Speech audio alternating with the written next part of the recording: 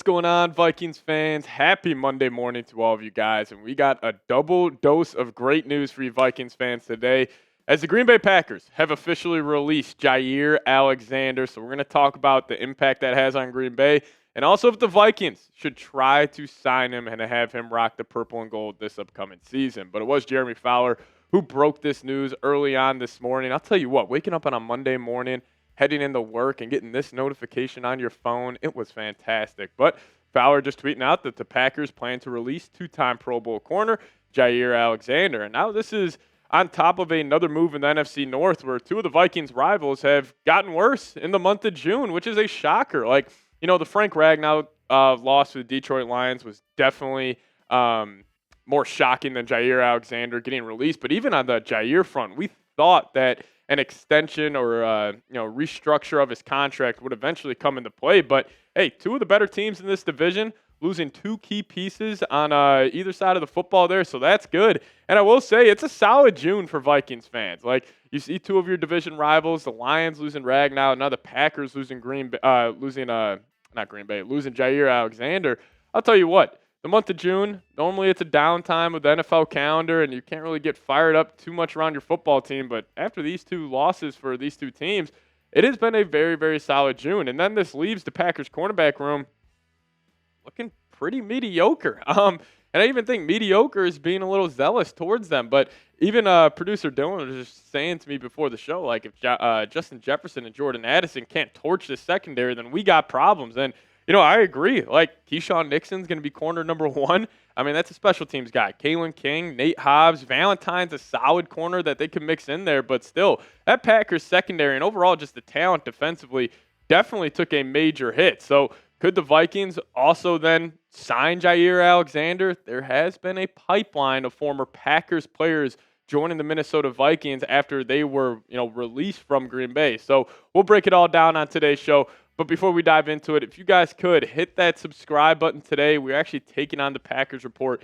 in a race to 100 subscribers. So if you guys aren't subscribed just yet, please go down there, hit that subscribe button. We post a video every single day around your Minnesota Vikings, sometimes 2 videos a day.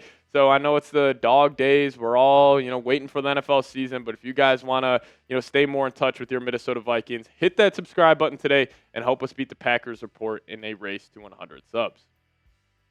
Now, in terms of the Vikings signing Jaire Alexander, one, I would be all in on this move. I think the Vikings do have a need at that cornerback position. But 2, this would be a very Kwesi move. You're taking a guy who, was a former first-round pick. We have seen, him go down that line multiple times so far, being the Vikings GM, even getting a guy like Marcus Davenport. You take these high upside guys who have maybe fizzled out with their team, and then Kwesi comes in, brings them into the Minnesota Vikings, would be very on brand. And plus, we have already had a little pipeline here in Minnesota. Like Zadarius Smith, when he left Green Bay, where did he go?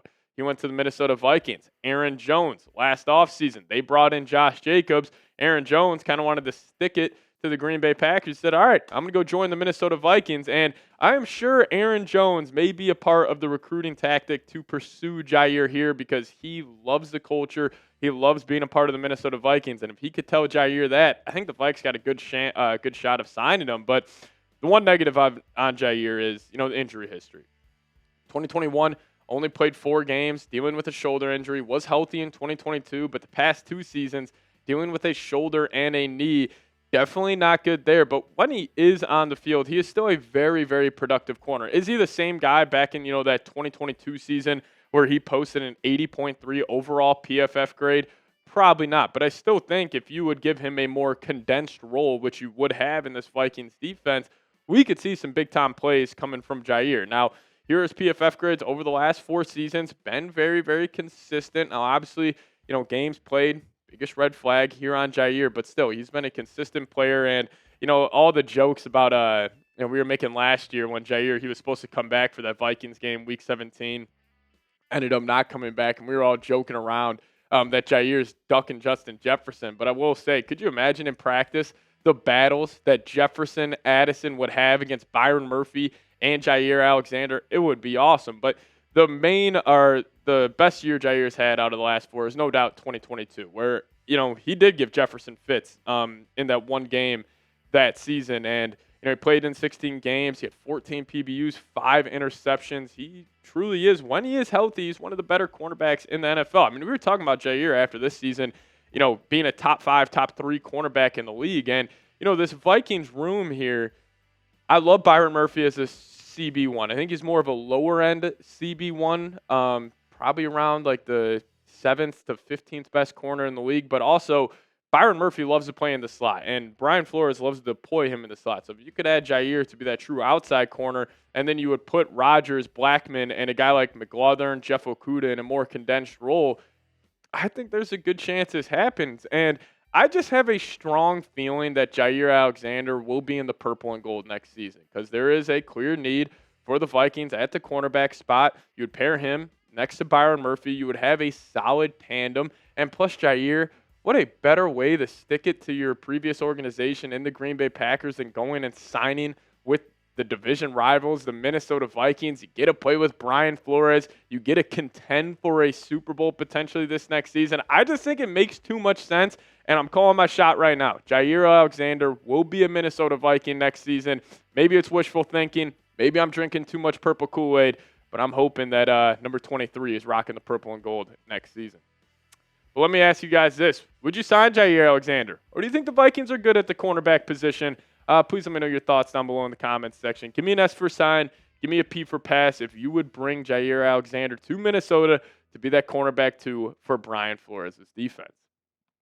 All right, coming up next on this show, we're going to go over 5 reasons why it makes sense for both sides and why this could be a perfect marriage between Jaire and the Minnesota Vikings. We'll dive into that here in a second, but before we do so, we got an awesome deal for all of you Vikings fans where hoodies are up to 50% off at chatsports.com/Vikings hoodie. They got a ton of great options, and a lot of these are in clearance right now, so take advantage of this deal.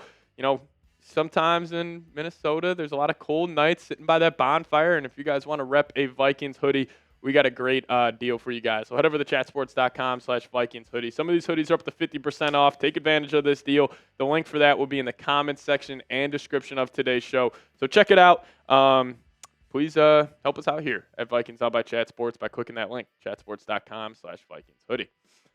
All right, so why it makes sense for both sides. I already kind of teased at this, but Jaire's revenge tour versus the Green Bay Packers.